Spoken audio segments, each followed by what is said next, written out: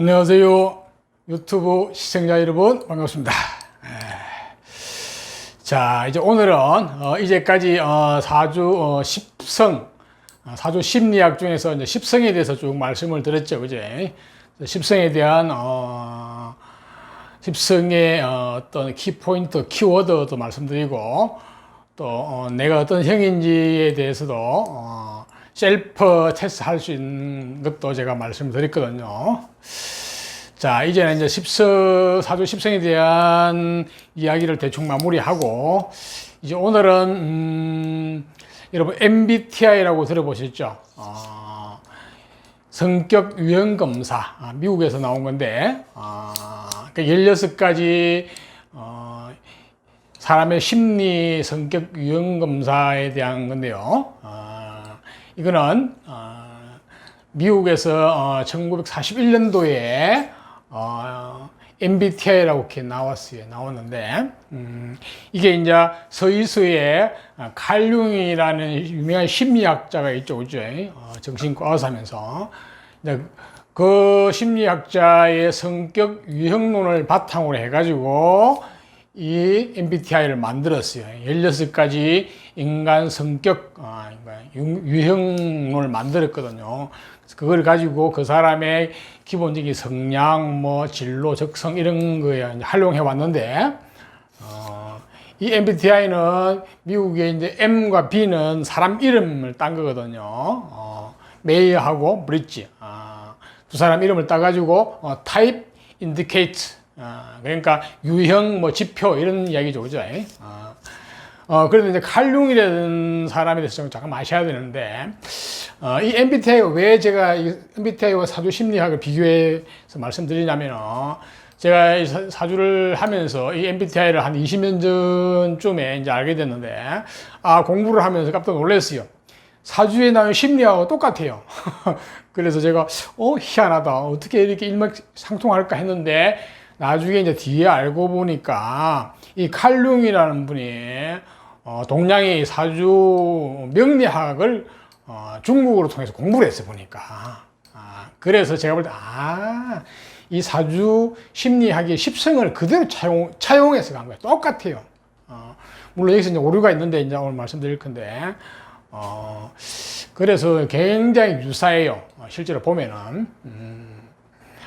배경이 그렇다는 걸 알고 계시고, 그러면서 이제 이 MBTI를 가지고 쭉 연구를 해왔는데, 사실 MBTI가 지금은 이제 시중에 많이 나와 있죠. 그죠? 유튜브에 나와 있는데, 해보면, 자체 검사라든지 해보면 굉장히 애매모호하죠. 그죠? 이 도대체 무슨 소린지. 참 활용하기가 쉽지를 않아요. 또 서양에서 가져온 그거를 그대로 이제 번역을 하다 보니까 번역상에 오류도 좀 있을 것이고 등등 해서, 그래서 오늘은 이 MBTI와 사주 심리학의 관계에 대해서 제가 좀 말씀을 드리려고 그래요. 그래서 우선 이제 MBTI에 대해서 무슨 말씀을 좀 드리려고 그러는데, MBTI는 총 4가지 어떤 성향이 있어요. 이 성향을 조합을 해가지고 16가지 유형을 만들어낸 거거든요. 그래서 맨 먼저 첫 번째 나온 게 일본에 이게 이제 주로 이제 주기능이라고 나와 있는데, 그게 하나는 외향형, 하나는 내향형이에요. 익스트로버션, 인트로버션. 익스트로버션은 외향형, 외향적이라는 얘기죠. 인트로버션은 내향형, 내향적이라는 얘기예요. 우리가 보통 흔히 내향형, 외향형 이렇게 하잖아요. 이거는 어떤 그 사람의 관심이나 어떤 흥미나 어떤 에너지 흐름으로 밖으로 흐르는 건지 안으로 흐르는 건지를 보는 거예요. 그러니까 관심이 바깥 세상에 있는지 아니면 자기의 내면 세계에 있는 건지를 보는 거예요. 자기 관심이 어디로 가 있는지를 보는 거거든요. 그래서 바깥 세상으로 에너지의 흐름이나 관심, 흥미가 가면은 이거는 외향형이라고 그러고, 안으로 파고 들어가면은 내향형이라고 해요. 이게 사주 심리학에서 말하는 외향형은 상관형이에요. 그대로 가지고 온 거거든, 보니까. 그 다음에 이 내향형은 식신형이에요. 그래서 이 부분은 거의 100%, 99% 일치해 보니까. 그러니까 MBTI의 외향형과 사주 심리학의 상관형은 거의 굉장히 유사해요.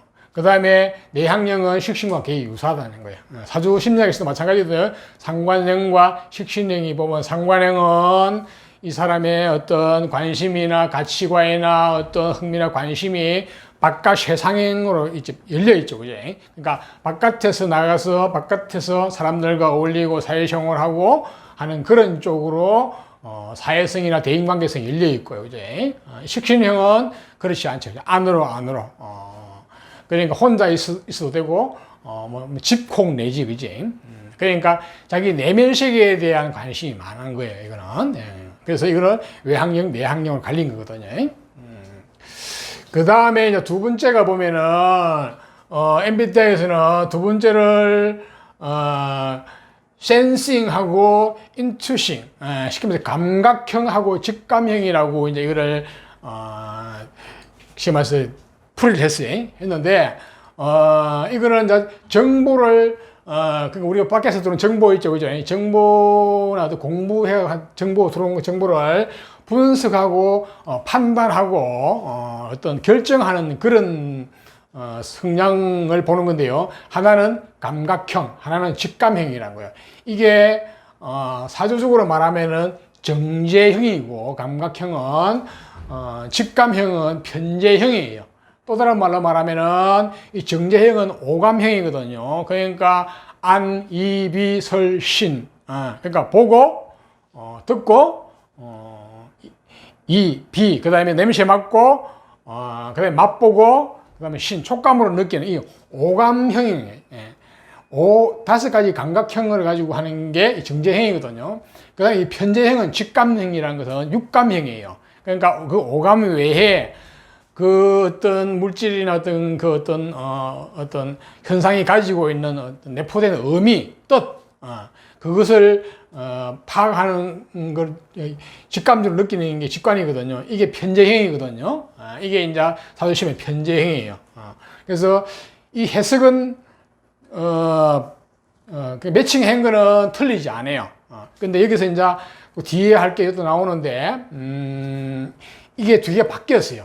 자, 바뀐 건 이따 얘기하고요. 그 다음에 세 번째로 보면은, MBTI에서는 보면은, 세 번째는, thinking형하고 feeling형, 두 개를 나눴어요. 하나는 사고형, 사고, 생각하는, 생각형이라고, 번역을 해도 되죠, 그죠?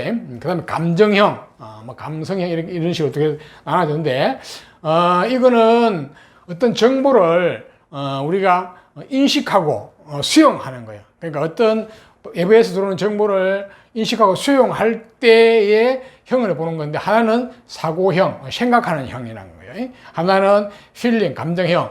생각하고 사고하는 형은 뭐냐면은, 외부의 정보를 갖다가 굉장히, 이성적이고, 객관적이고, 합리적으로 보는 거예요, 이거는.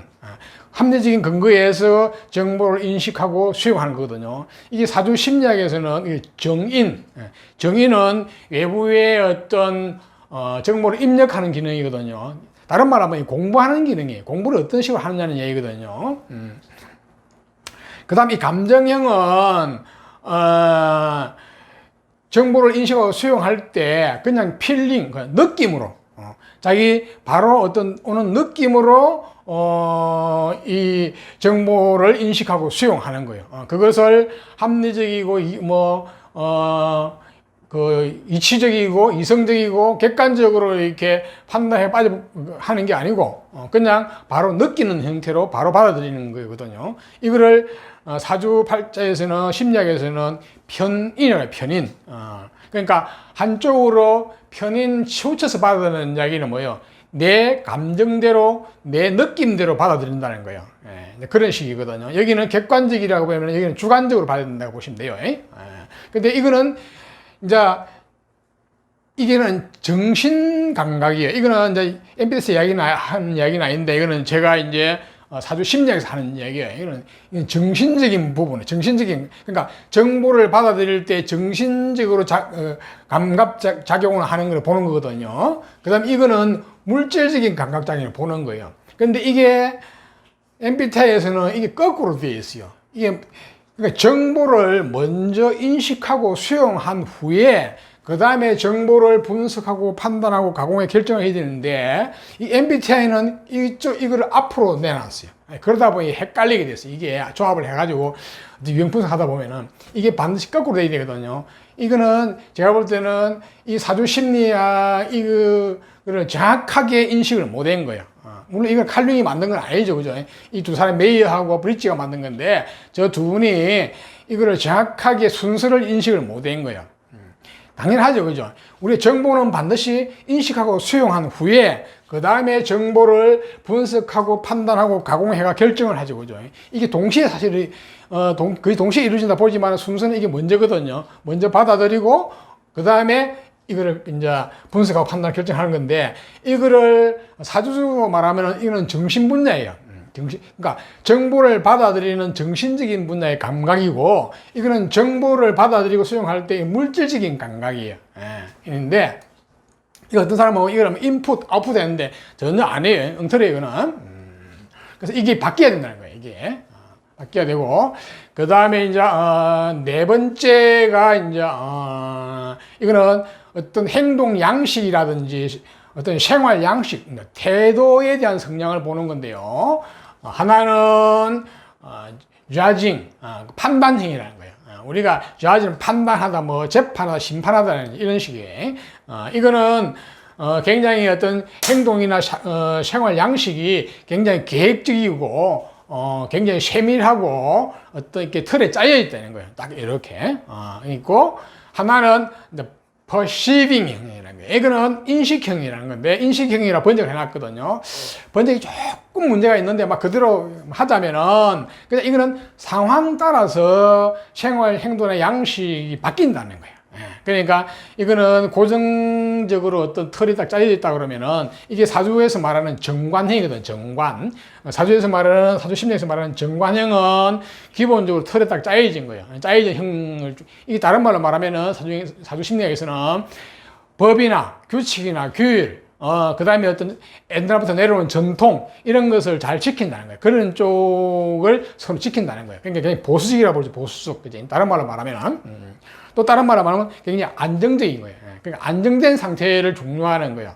틀에 짜인, 이미 검증된, 옛날부터 내려온, 그래서 계획적이고 굉장히 세밀하고, 이런 식이고, 이거는 인식형은 편관형인데, 제가 이거는 모험형이라고 이렇게 이제, 그러니까 안정형의 반대가 모험형이잖아요. 이거는 이제 제가 만들어낸 용어인데, 편관이 그렇거든요. 편관은 우리 행동할 때 기본적인 규칙은 가지고 있지만은 거기 얽매이지는 않아요. 완전히. 어느 정도 큰 틀에서는 지키지만은 때로 상황 따라서는 이 편관은 100% 지키지 않거든요. 그래서 이거를, MBTI에서는 퍼시브형이라고 하는데, 이거는, MBTI에서 퍼시브형은 좀 더 유연하고, 상황 따라서 좀 변하는 게, 어떻게 보면 플렉시블이라는 게 더, 어떤 좋은 용어가 아닐까 생각이 들어요. 근데 이게 다른 말로 말하면 제가 이제 봤을 때 어떻게 하면은 이 judging 판단형은 옛날 농경사회에서 한 곳에 정착할 때 어떤 그런 생활 양식이고 라이프 스타일을 볼 수 있고, 그죠? 이 인식형은 유목민. 돌아다니는 거죠. 그 유목민은 짜여진 형태에서 한 곳에 어떤, 그걸 고집할 수 없죠. 그죠? 그러니까 상황 따라서, 환경 따라서 생활 양식이나 행동 양식이 바뀐다는 거예요. 그래서 제가 이거를 유목민형, 이거는, 농가형, 이렇게 이제 구분했는데, 요새 말하면은 이 퍼시빙형은, 이거는 역마형이에요. 일정한 틀이 없이 돌아다니는 형이라고 볼 수도 있죠. 그렇게 이제 학대해서 할 수도 있어요. 그래서 이게 이제 MBTI하고 사주 심리학을 보면은 이 MBTI라는 기본 칼융의 성격 심리 유형론이 사주 심리학에서 나오기 때문에 굉장히 유사해요. 똑같아요. 어떻게 보면은. 그런데 이 순서가 바뀌어 있다는 거, MBTI가. 그래서 MBTI가 좀 문제가 있어 보여요. 그 MBTI 검사를 했는데 잘 안 맞죠. 그죠? 안 맞는 부분이 많고, 도대체가 무슨 두리뭉실 뭐를 어떻게 하라는 건지 모르는 그런 게 많아요. 디테일한 부분에서 굉장히 부족해요. MBTI가 보면은. 자, 뭐 그건 그렇고요. 그래서 제가 이제 앞으로 이제 MBTI에 대해서 이게 말씀드리는데, 저는 어차피 사주하는 사람이니까 사주 심리학을 중심으로 해가지고 앞으로 이게 쭉 펼쳐 나가려고 그러거든요. 앞에 사주 심리학의 십성에 대해서 말씀드렸죠, 그제? 그리고 MBTI에 대해서 말씀드리는데, 앞으로는 이거를 이제 MBTI도 마찬가지 4개를 조합해가 유형을 만들어내듯이 사주 심리학도 이렇게 상관, 식신, 정제, 편제, 정인, 편인, 정관, 편관을 해가지고 이걸 조합을 해가지고 유형을 만들어내려고 그러거든요. 유형 내지 어떤 그걸 좀 디테일하게 이제 설명을 드리려고 그래요. 그래 해야 그 사람의 진짜배기 성향이라든지, 그 다음에 그 사람의 뭐 적성이라는 진로, 직업, 이런 거를 좀 디테일하게 알 수가 있거든요. 정확하게. 그렇게 제가 이제, 앞으로 이제 쭉 하려고 그래요. 하려고 그러니까. 특히 이제 학생들, 급한 게 학생들 이제 진로, 적성 분야를 파악하는 게 중요하죠. 그죠? 지금, 발 앞에 닥친 고등학생은 말할 것도 없고, 이미 태어난 어릴 때부터 이 유형을 자기 타고난, 이거는 사실 사주팔자의 심리학은 자기 타고난 전생에서 가지고 있는 무의식이거든요. 무의식의 어떤 성격론이거든요. 그걸 알고, 그 자녀의 어떤 적성을, 성향을 정확히 알고 그쪽 방향으로 강화를 시켜줘야 돼요. 약한 부분은 좀 보강만 해주고 장점은 더욱더 강하게 만들어야 돼요. 그러니까 상관형을 식신형으로 만들려면 안 돼요. 이건 절대 못 바뀌거든요. 가장 여기도 보면 제1 주 유형을 해놨지만은 상관, 식신형, 내향형, 외향형, 이게 사람 성격에서 가장 주 기능이거든요. 사주에서도. 그래서 이거를 먼저 분석을 해야 돼요. 먼저 판단을 해야 돼요. 그러고 나서 이제 이 정보를 받아들이고 그 다음에 분석하고 판단하는 이 부분, 이거는 사실 동시에 같이 연결되어 있거든요. 그럼 이 부분이 어떤 형인지, 그 다음에 생활 양식이 어떤 형인지, 이렇게 조합이 되면은 그 사람에 대해서 거의 100% 알 수가 있어요. 특히 자녀에 대해서. 그래서 그쪽을 제가 이제 집중적으로 이제 그러니까 쉽게 말해서 이제 이과, 문과, 뭐 문과에서 계열, 그지, 뭐 정치, 경제학과, 뭐 그 다음에 또 있잖아요. 그 다음에 이과에서도 뭐 자연 계열, 뭐 공학 계열 있을 거고 그런 식으로 하나하나 디테일하게 제가 이제 풀어 나가려고 그러거든요. 자, 오늘은 그래서 MBTI하고 사주 심리학을 대해서 관계에 대해서 말씀을 드렸고, 여러분들 MBTI를 그냥 그러니 하고 이렇게 참고적으로만 보세요. 그 중에서 이 외향형과 내향형은 상당히 잘 맞아요. 이 두 개는 서로 지금 순서가 바뀌었기 때문에 헷갈리게 만들어 놨고요. 요 생활 양식도 조금 어느 정도 맞다고 볼 수 있는데 조금은 달라요. 그런데 어디까지나 사주 심리학을 보면은 이렇게 이제 볼 수 있죠, 그제? 자, 그리고 이제 다음에 지금 이제 우리가 성격이나 유형론, 뭐 직업론 이런 거에서 몇 가지 이론이 있거든요. 이제 MBTI가 있고, 그 다음에 애니그램이라는 게 있어요. 천주교에서 나온, 그것도 오래된 전통이 있는 거거든요. 그게 또 있고, 또 뭐 다중지능 이론도 있고, 다중지능도 있어요. 또 뭐가 있는데, 그것도 있고. 좌우지간, 현재 나와 있는 성격 유형론하고 사주 심리학 관계는 제가 다 일단은 먼저 말씀을 드리고, 이제 그러고 나서 이제 구체적으로 진로 적성, 그러니까 문과, 이과, 에 대해서 말씀드리고, 문과 중에서도 계열별로, 그다음 학과별로 쫙 풀어 나가려고 그러거든요. 그래서 명실상부한 진로 적성이나 그 사람 성향에 대한 것을 제가 아주 디테일하게 다 파헤쳐 드리려고 그러니까 여러분 기대하셔도 좋아요. 자, 오늘 여러분 잘 들으셨으면 좋아요, 구독을 부탁드리면서 오늘도 멋지고 즐겁고 행복한 하루가 되시기를 바랍니다. 감사합니다.